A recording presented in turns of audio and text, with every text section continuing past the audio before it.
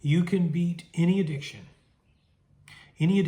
at all, with the understanding that addiction itself is the same. Addiction is like a disease. It is the same. It doesn't matter if it's food, which probably brought you to this channel, if it's alcohol and cigarettes and drugs or pornography, it's all the same problem. Wanting something outside of yourself. So clinging is the source of all suffering, to want. That's the source of all suffering and addiction everywhere for all time. It has always been and will always be that way. But why do you cling? Because of ignorance. The belief that something outside of you completes you. And we get these from childhood. From our very young days, we're taught we can grow up and be like mom and dad. When we get big, we can be a police officer or firefighter or doctor. We're taught to shoot for goals. And as a result of this goal setting, we develop the belief that we are not good enough as we are. We envy our parents, we envy their permissions, and when we grow up, we run into drugs, we run into alcohol, and out of sheer lack of knowledge, which according to Buddhism is the worst blemish. Ignorance is the worst blemish because from it all other isms come, all other wrongdoing flows. We run into trouble, we run into hurt, and when we do, we end up with addictions. So Granny, 88 years old, falls and breaks her hip, goes in the hospital on morphine. 22-year-old Andrew does the same through some other injury. He gets put on morphine. He comes out an addict. Why didn't Granny get addicted? Why did young Andrew get addicted? Because Granny knows that something external will never complete you. She knows that the ego is the manifestation that you deserve something, that you deserve happiness, that you deserve a certain state of mind, and that you can obtain it. And once you obtain it, that's the source of your happiness. I could use so many examples, but you perfectly well understand the point. But you learn that, and then you forget it. You know it's wrong to steal when you first take a candy bar from a store when you're a little kid and your mother spanks you for it and says, don't do that again. But you have to be reminded of that when you're older. You have to be reminded of the fact that everything that you've developed is a pursuit of a goal, which of course is classic self-esteem problem. The self-esteem issues that you struggle with because you believe that the future is always bright. You've got to arrive. You've got to do better. So you're no good now. You've just got to get there. This is where master classes comes from. This is where greed comes from. You get all these master classes. You get all these sale closer classes. And all these kids online are paying $2,000 to go hear Dan Locke close on how to be a killer closer seller, cool guy. What would change with that class that you didn't know before? That you couldn't learn from a book from any other excellent salesman of this or any other year? Ask yourself this. Of all that you're addicted to, why are you not addicted to cocaine? If you're addicted to pornography, why are you not addicted to cocaine? If you're addicted to alcohol, why are you not addicted to food? If you're addicted to food and alcohol, why are you not addicted to gambling? Because the firing synapse in your mind has not been arranged with the belief system of, I need to complete myself for that. So over the years, you developed a coping mechanism. And the coping mechanism said, I'm not good enough, but at least I can do this. When I had my teacher, Miss McDermott, throw my head in the trash can when I was 5, one of my coping mechanisms was to go in I've shared all this before, go into my parents' pantry and eat Imperial brown sugar straight out of the bag. I would go in there with a spoon when my parents weren't looking and just eat until I was sick. And I would do that so many times that it became my fix. Later on, when I learned to cook a little, I learned to make chocolate no-bakes, and I would make these big trays of no-bakes, and I would blow away. I would eat all this candy until, again, I was stuffed. Well, that wasn't a problem until years later I moved out on my own, and now I was able to rack up enough bad karma to really cause problems, because when you're 18 and 19, you're out on your own. Now you've got some problems because you can sleep late, you can call in and tell your boss you can't be there and lose your job. You can show up late, and you got all of this negative things you can do. And if you have a roommate who can look out for you, hey buddy, can you do this for me? And we're a bunch of kids buying ramen noodles and macaroni and cheese and packaged burritos. All of these things are are happening, and I'm developing bad habits. After marriage and a bunch of years later, I ended up in a situation where I had to rebuild my life. Bad karma. You are the product of the law of productivity the same way everything in the world is. It's all a value exchange.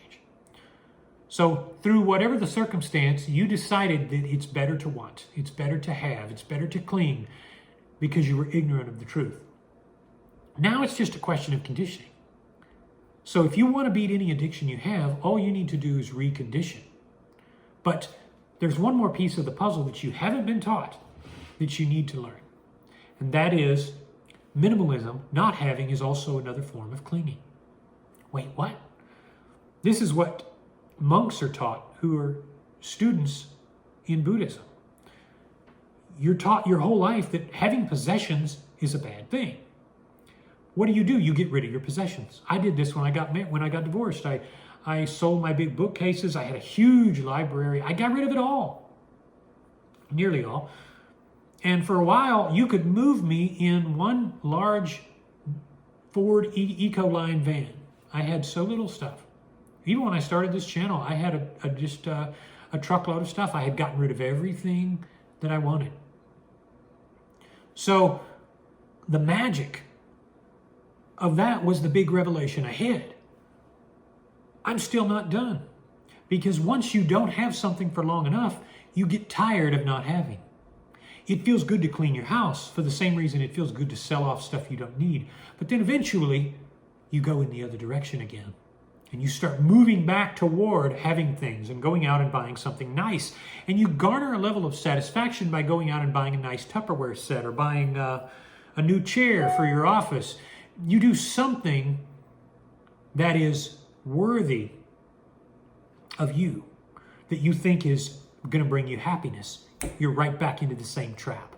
But you never left. You were the same problem. You just switched. You're like a parent who found religion later in life. You ever known a parent that's a bad parent and they go to clubs and they do loser, lazy stuff, and then they find God? What do? They end up becoming a fanatic of sorts. So as Alan Watts would put it, they threw off their iron rusty chains for gold ones, but they're still in chains. Because now, before they were imbalanced and a drinker, now they're a non-drinker, but they're a hellion. You see, it's the same problem. So it's not uncommon for people who are fasting to give up food. They found this channel and came along and said, okay, I've got it. I'm going to get rid of food. And what do? They become caffeine addicts. They become coffee fanatics. They become green tea extraordinaires. They become people who are sucking down diet soda like water, and water like water. And they're peeing all the time, and they're thinking, you know what? Is there any other beverage I can get and abuse? But it's a good sign. Why is that a good sign? Because for every time you've ever failed at something, you've gotten wiser from it.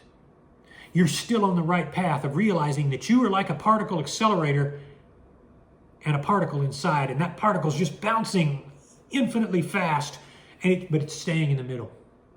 It's like a pinball machine. The thing's just going all over the place. You're getting rid of that craving, that negative energy that's taught you to be a slave to everything external. It's a good sign because you're making progress. That's why for every diet you've ever failed, and believe me, I get so many tales. I hear it. I get in my inbox. Somebody each day messages me with some story of how they tried the Atkins diet, or they tried some crazy restriction diet, or they tried 80-10-10, or something else. And they have a story behind why. And then they come to this channel, usually as a last-ditch effort. And they're surprised to find that there's no diet here. There's just wisdom about how to look at the knowledge you already have. So what do when you come and you find fasting? You realize eating all the time and eating too much is bad. Letting your health go is bad. You did it of your own making. How do you reverse it? It's going to be tough. But you've tried so many times before and failed. That's okay. You're going to try again, but you're going to learn the key lesson. Failure is inevitable. Failure is inevitable, which is why there is no help if you have the mindset of the ego mindset of I'm going to do it myself. So what do? You get in that place in your mind where you say, I guess it's my destiny to be fat. I've tried everything and I've failed. There really is truly no hope. That's what you say to yourself, but that's good. Just like the people who are overdoing it on caffeine and calorie-free sodas. Because now you're at that point where you have to face your real demon. You realize all the doors are locked and you're saying, let me out. Go rewatch my video, The Prison of Reformation.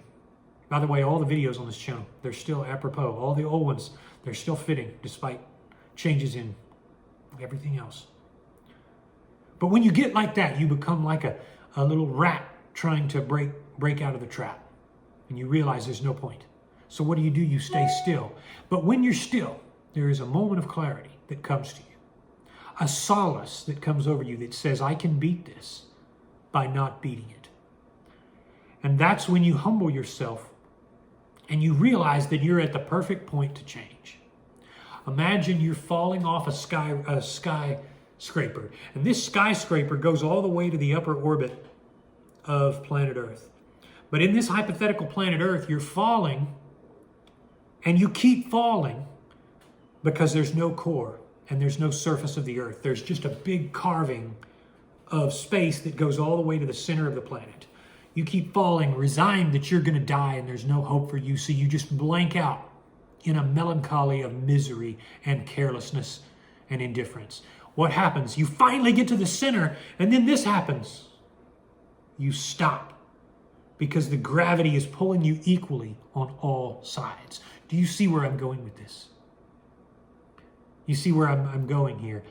Once you've given up, you finally understand the meaning of the phrase, you're trying too hard. Your parents tried to tell you that. You try to learn to ride the bike without training wheels and you fall and you skin up your knees and your parents say, relax, you're trying too hard. And you just scream and cry. And I wish I had that video of Michaela learning to ride the bike and cursing until she finally realized it wasn't hard at all. It's just a matter of opening your mind and reconditioning.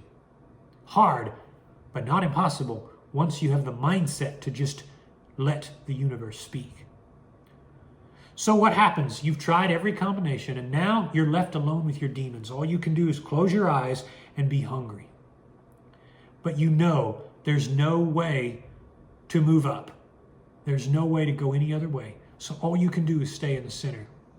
So as a result, you realize there's no point in going on a new diet. There's no point in buying a new weight loss pill. There's no point in reading a new book.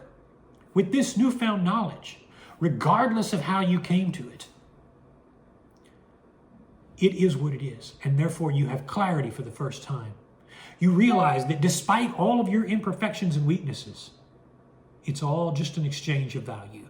And once you understand that, you can get your self-esteem back and your self-worth back and stop judging yourself and stop labeling yourself an addict and a failure. And you have sanity again. Some people love food more than others. I tell my girlfriend that. She says, my son has ADHD. I say, stop saying that. Just say that he struggles with attention and that you have to work harder to keep his attention. Otherwise, you will label him as someone who's inferior and he will grow up believing it. That's the problem with all of this parenting that makes a victim out of their children. They grow up and they become addicts. They become people who are stuck. Instead of learning how to fish, they're just waiting for people to fish for them because they don't have any real skills on their own. That's the problem today.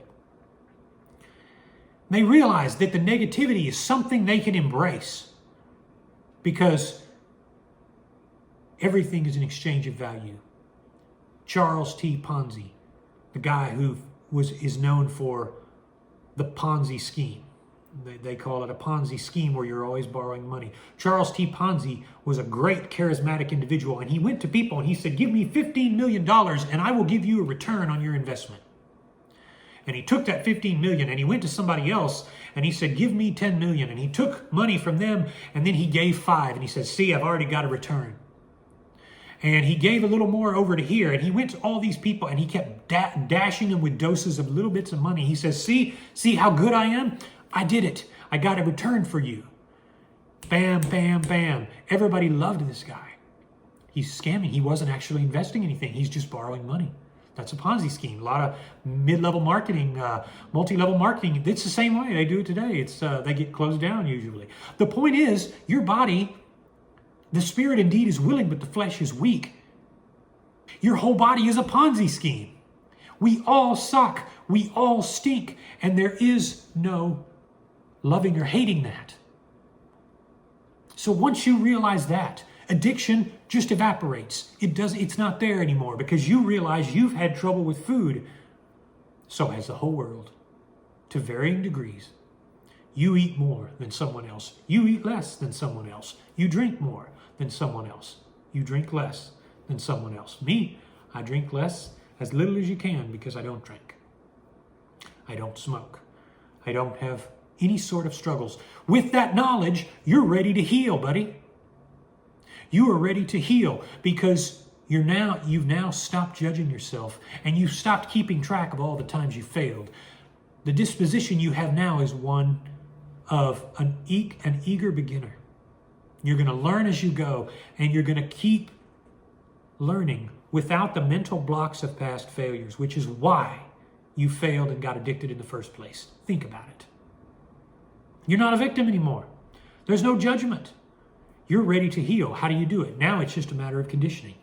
So what are you going to do? If you're addicted to porn, you're going to do some visualization exercises. You're going to realize when you went for a doctor's exam, was that sexy? When your doctor had you disrobe for an exam? No. When you saw your parents accidentally, you walked in on your parents when you were little, did you lust after your parents? No. Did you lust after your siblings when you saw them naked? Which, if you have siblings, you probably did at some point. No. So then it's all a question of conditioning. You can condition yourself much the same way you could hypothetically condition yourself to get up every morning at 5 a.m., do 10 push-ups, and take a freezing cold shower. Hard as hell the first 2 weeks, gets easy after that. I tell people on OMAD, if you eat once a day for 6 weeks, you won't go back.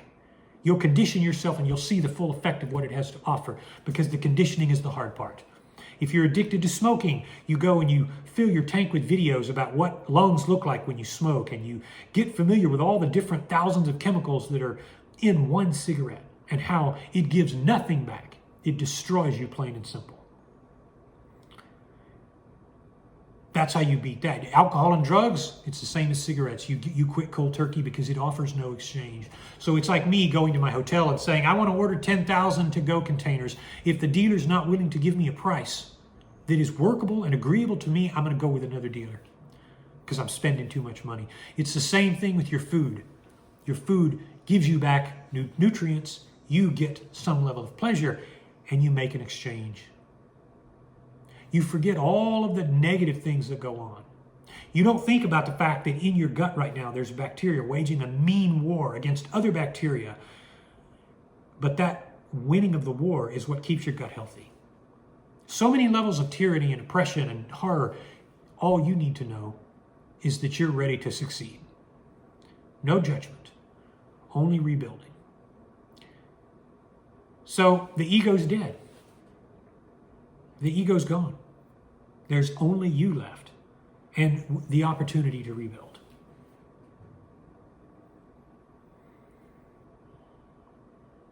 That's how you beat any addiction. Fasting is the best way to come to terms and to go right back to the void, which is the center. That's where you want to be. You want to be in the center. You want to be dispassionate. You want to be objective, and you want to see life as it really is. That's what you want to do. That's being in the center. You've always spent your life chasing different things. You don't need to chase. Just stay and watch. And you'll beat any addiction there is.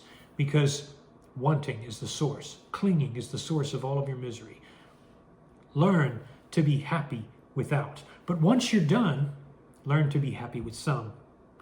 Because life is all about exchange. Everything that is alive is moving. It's in, it's out. Embrace that role. Everything else will take care of itself.